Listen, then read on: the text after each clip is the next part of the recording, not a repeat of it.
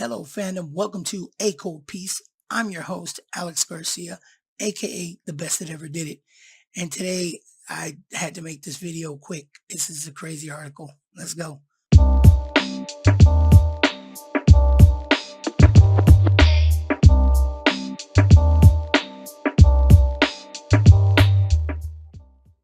Before we start, I'd like to let you know I have a graphic novel, Johnny's Law, coming to Indiegogo this year.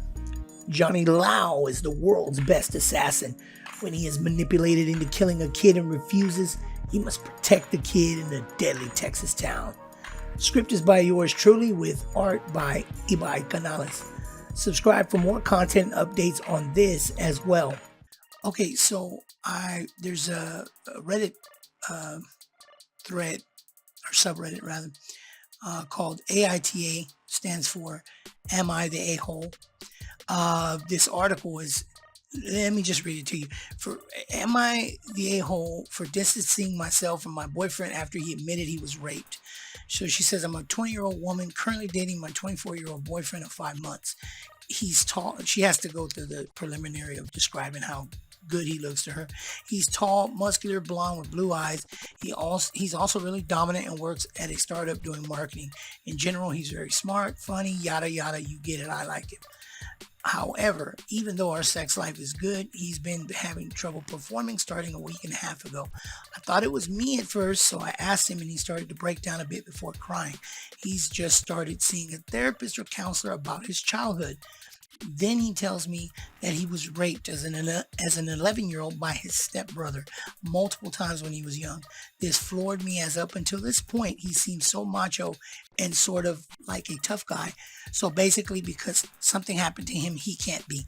This is the same thing as saying, had you been raped and it was the other way around, you couldn't be a strong female. You know what I mean? This is, gosh,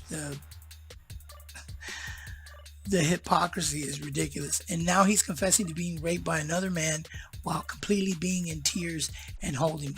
I helped him back and let him vent, but I ended up leaving. We were at his apartment.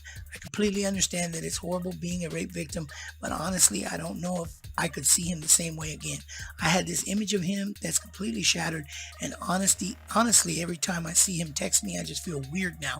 My best friend thinks I should try to keep dating him for a bit, but I'm really not attracted to him like I was before. We're not broken up yet, but I'm considering it, kinda. Am I the a-hole? Dude, the comments on here, the verdict is that she's an a-hole. But the man, this is high. This is like the highest order of hypocrisy. You're not really attracted. Like, okay, so what you basically did, you started off by telling us what you're attracted to about him, and now it seems as if all you had was your feelings and what you liked about him visually, what you're attracted to. The same thing that you guys are accusing men of doing. And so now, because you don't see him as a strong man anymore, you gotta let him go. I mean, it's just ridiculous. Let's look at the comments. Let's see. Judgment has been rendered. Okay. Do him a big favor and break up with him. Then hopefully he can get himself a nice girlfriend. Imagine if he was in your shoes, is what I was saying. You had been raped and he wanted to break up with you because of it. Doesn't sound so good now, does it? And someone says, I can't even begin to imagine what OP's boyfriend must be feeling. And no matter what OP does, it sucks for the boyfriend. He's either in a relationship with a woman that refuses to respect him because of a traumatic experience he had, or she leaves. Obviously, she needs to leave him so he can hopefully find a little more human, someone a little more human.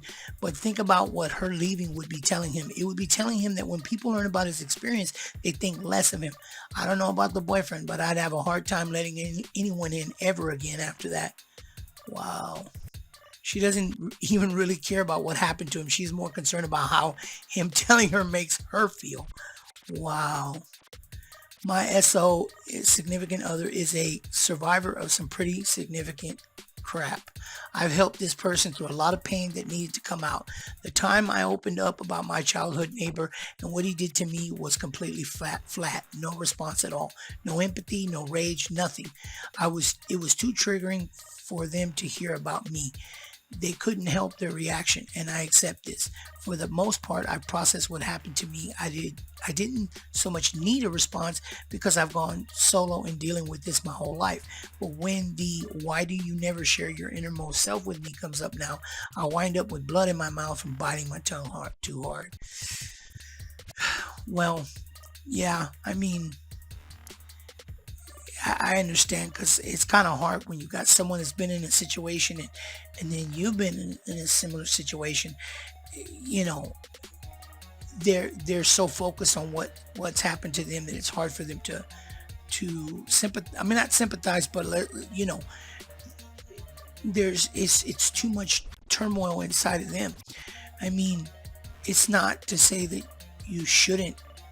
they shouldn't feel or try to be empathetic to you, to what you're going through. They should, but sometimes people just can't do that. I mean, I've never really been that type of person. I've been through a lot of things in my life, but if I hear things about other people going through things, whether similar to me or worse, better, whatever, you know, I'm always going to be sympathetic to what's, you know, those situations, because it's hard not to be for me, you know. But this is just crazy. I can't even believe it, you know. You are the absolute worst kind of person. He trusted you enough to open up to you about his worst experience. You're only human too, and nobody can stop you from feeling this way, but he deserves better than you. Somebody who is going to respect him for who he is. Do him a favor and make up some BS about why you're breaking up with him, so it doesn't hurt him more mentally moving forward.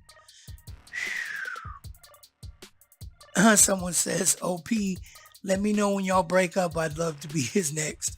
Both my parents were counselors. I know all about talking through emotions." That's a good one. Oh man, what do you guys think about this? This is crazy, man. Like this mentality these days.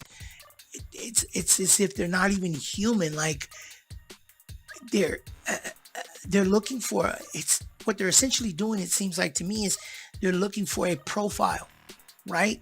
It's as if they're treating humans like they're Tinder, or you know, a human Tinder, or you know, whatever dating service, app, or online, or on apps, and that's all they're looking for. They're just looking for, you know, this thing, this box that they fit in, and hey, you know, check this, check that, and then, but as soon as something is real, like this already shows you what she would be like to be married to. Like, this is actually the best thing that's ever happened to him in this situation, because now he can really see what type of person he's been dealing with from the get-go. I mean, these are the types of things that really show what kind of person you're dealing with, and who they are, and what their you know, mission in the relationship, or their goals are, and you know, just their integrity.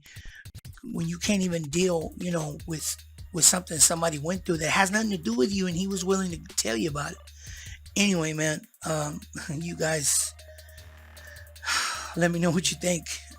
Thanks a lot for watching, and if you really like the stuff I'm putting out, go ahead and subscribe, hit that like button, share the video on your social media, and just keep up with all my content, as well as updates on my graphic novel, Johnny's Law. All right, see you in the next one. Peace.